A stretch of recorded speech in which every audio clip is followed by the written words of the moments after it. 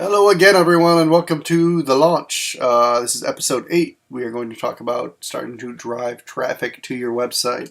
So we are on episode 8 of 10, so we're getting to the end here. We have discussed naming your business. We have discussed designing your logo. We have discussed branding and brand tagline and paragraph. We've discussed building your website, and we've discussed your social media site and kind of getting your social media presence started there. So now we're going to look at driving traffic to your website, which is a very important topic. You spent money, you built this website, now you got to figure out, when people aren't looking specifically for your company on Google, how do you get them to find your company? So first things first, when you list your business with Google, and someone types in, if my company's name is Creative Rocket Ship, and I list my company with Google, in a few weeks, it'll probably start showing up when someone types in Creative Rocket Ship. So you can be found by a search engine pretty quickly for that specific keyword.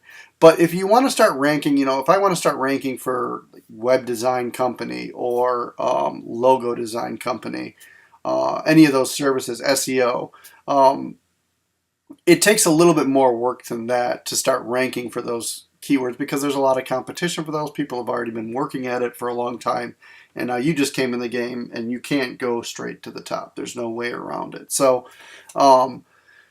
there's 3 ways to go about kind of driving traffic to your site. There's more than 3 ways, but 3 ways that we'll talk about here to drive traffic to your site at a kind of a broad scale, I guess. The first one is organic SEO, and organic SEO is what I described when I was talking in the website video before. Usually I would plan on spending about $750 a month for a minimum of 6 months, and then probably more than that, to build your rank on the search engine so that organically when someone searches, you're the first link below all the ads, basically. You're Google's actual top pick for that particular topic. So to do that, if you're the boat propeller guy and, you say, if we can just rank number 1 for boat propellers on Google, I can sell $2 million in boat propellers this year. Then it's worth $750 a month to, start adding links and posting blogs and start going to other sites and creating backlinks to your website and all the complicated elements that go into getting a number 1 search ranking on Google. If you do not have $750 a month, which is most people when they're starting out, and you still want to be found on Google or make an effort to drive people to your website, there's what's called Google AdWords or paid search. Those are the same thing. And essentially, paid search is a way in which you can bid on a keyword. So organically, you may not rank for that keyword, but that's not to say that, if I wanted to, there's plenty of, for instance, with my company, locally we rank for the keywords, but if you were to do a nationwide search for web design, there's companies like WordPress, Wix, Shopify, all sorts of different places that have been around for longer. They've got tons of links, tons of websites, more SEO power than I could possibly build up.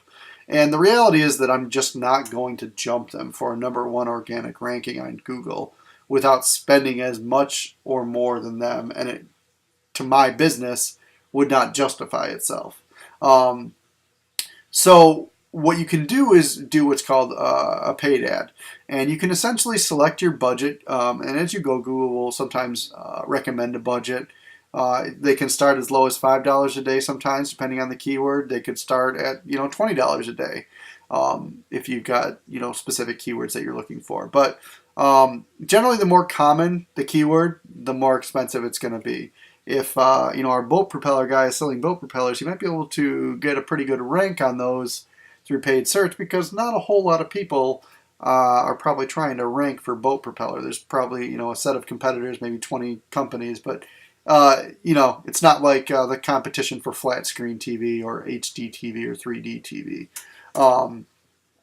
So what you can do essentially as a small business owner is go with Google AdWords. You can target keywords that you want people to find. If Sammy's selling a skateboard, you can target people when they're searching for the word skateboard or lightweight skateboard If you've got a salon, you might want to target people, and it's in Beverly Hills, California.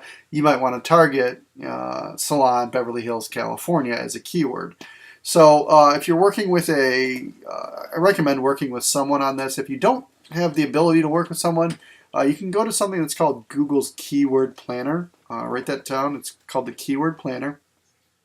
And I don't go through tutorials on how to use all these systems. If you want to know how to run Facebook ads or how to set up Google ads and stuff like that, they've got great tutorials for those. I'm not going to try to top those. They've got way better videos than I could create. So look them up online and they'll give you some breakdown on those. But if you go to Google's Keyword Planner, you can start and look up a video on how to use that. But you can essentially start to find out what people are searching for, what keywords they're searching for in your area, and how often. So it gives you an idea, so you're not just guessing. And for me, I might say, well, I think people are probably looking for website design, but I don't know if they're looking for website design or web design company or website agency. When you go to Google Keyword Planner, it'll give you those answers because it'll tell you, within the area that you're saying, this specific term was searched 100 times last month. This other term was searched 10 times last month. So it really lets you know what the popularity of keywords is, and then you can target those keywords. And the way that Google works is when someone searches for that keyword, it runs a bid or an auction, and you have put in an amount that you're willing to pay for that click. So whether it's, if you've got a $5 per day ad budget, you may say I'm willing to spend $5 to get that click, or you may say I'm willing to spend $1 to get that click to come to my website. But either way, the idea is that you can get on the first page of Google with a budget of $150 a month, or usually more than that to get started, but minimum of $150 a month to get on the first page of Google and start getting people to see your website and start driving to it. So that's one way to get started and drive some traffic on Google if you do not have the funding to do organic SEO, which again takes at least 6 months before you start seeing any results from that. So that's an immediate kind of answer to the problem. You'll build the ad, you'll create it, you'll send it in, and then 20 minutes later you can search on Google for your keyword and your name might come up. Your ad might come up. Don't click on your ad because that will actually charge you money. But it should show up and get you in front of consumers that are searching for that keyword. On the other side, now that we've talked about organic SEO, we've talked about paid search, which is both Google basically. SEO can spring into the other areas of Bing and some of those other, but I really focus on the gorillas. As you can see, Facebook and Google are kind of my main focuses. The last one that you can do is social media to drive traffic. And whether you do that through, building your subscribers on your social media page, that's kind of like the organic version of SEO. But for social media, where it's just going to take time to do. It's not something that happens overnight. But Facebook also offers what's called paid ads. And the big difference between Google and Facebook as far as when you're paying for ads is that Google, you're targeting someone based on the keyword that they searched for. So if someone searched for boat propellers, you're going to come up for them because, if this guy's selling boat propellers, that's great. But in Facebook, no one types in a search term. So what you do is you define your target market and you start hitting those people with your ad.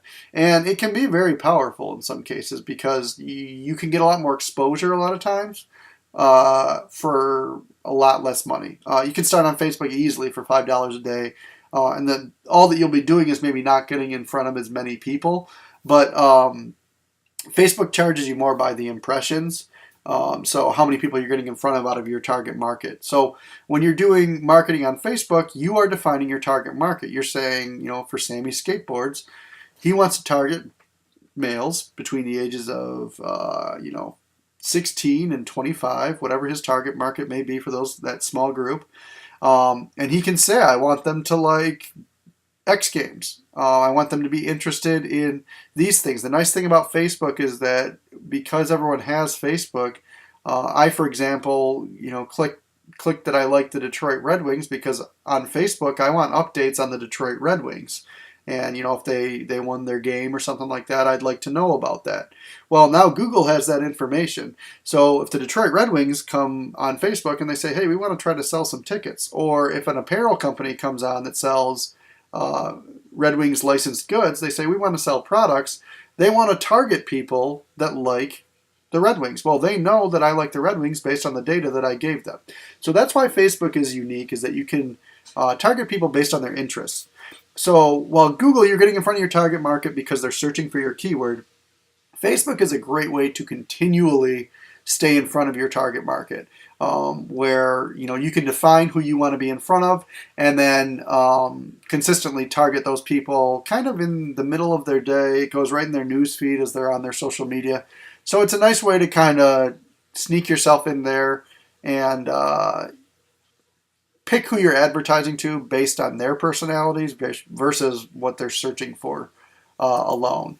I know a lot of realtors that I've worked with, they like to target recently engaged females because they know that a female that's been recently engaged is possibly looking to buy a home, and that she may be, driving a lot of that decision. So I've seen them have a lot of success with stuff like that. Equally, when they're trying to sell a house, they'll target that specific group. So it allows you to target someone based on their demographics, basically their age, their location, their gender, their interests, versus targeting them based on a keyword. And then, in addition to that, on Facebook, what they offer is something that's called retargeting. And retargeting is essentially, if you've ever been to HomeDepot.com or something like that, or you looked up a pair of shoes, and then all of a sudden you notice that for the next 30 days, those shoes are following you around the internet in different spots. That's essentially what retargeting is. So if you want to build a campaign where you can essentially say, anyone that's visited my website, I'd like to follow up with them and market to them on Facebook with a special offer or something like that. You can do that as well to start building some brand loyalty and drive traffic. So those are kind of the ways that, three broad ways that I recommend driving traffic to your site to get started. Organic SEO, if you have the money and you want to make the investment, is definitely worth it. Paid search is definitely worth it, and so are paid ads on Facebook. The nice thing about both of these last two is that you can track them pretty intensely. Both Google and Facebook offer very intense analytics systems, so you can start to see, ideally when we're running ads, we're not losing money. So, I want to say our average profit per lead here is, $300. We want to make sure that every lead that we bring in only costs $50, so that then you're making $250 every time that you make a sale or something like that. So the nice thing about those systems is that you can test to see if they're working or not, and then I usually recommend going 90 days with any kind of campaign on those to test it out and see what kind of traction you get. But if after 90 days no one's clicked on your ad, then to shut it down. If after 90 days you've got a ridiculous amount of traction on that ad, you might want to increase your budget, because if you're only spending a certain amount to market, you're only getting in front of a small group of people. And if you increase your budget, you can basically get in front of more people and duplicate that success. So there are a lot of ways to drive traffic, but those are the beginning ways that I recommend driving traffic to your website. You can also go on Craigslist and things like that to post free ads if you'd like to do stuff like that. But those are the more passive ways to, build traffic and drive traffic to your website.